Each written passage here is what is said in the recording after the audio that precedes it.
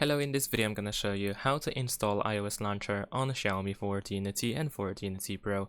In order to get the iOS launcher, we need to open the Play Store, then we need to search, and let's type iOS launcher. Of course, you will have the list of different apps that look like an iOS launcher.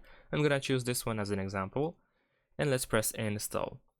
And once it is installed, of course, we want to open the app. So let's go into the app. You will need to grant some permissions like the location, so you can choose while using the app. You can allow contacts, access to files, and so on and so forth. And once you see this menu, you want to scroll down and go to make default launcher.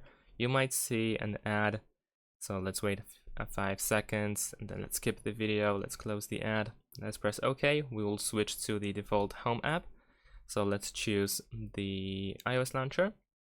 And there we go, we have wallpapers, and we have the welcome message, wallpapers and settings, touch and hold background to customize it, so you can follow these instructions in order to do that.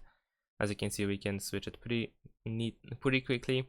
And there we go, we have the iOS lookalike launcher where we have our apps over here.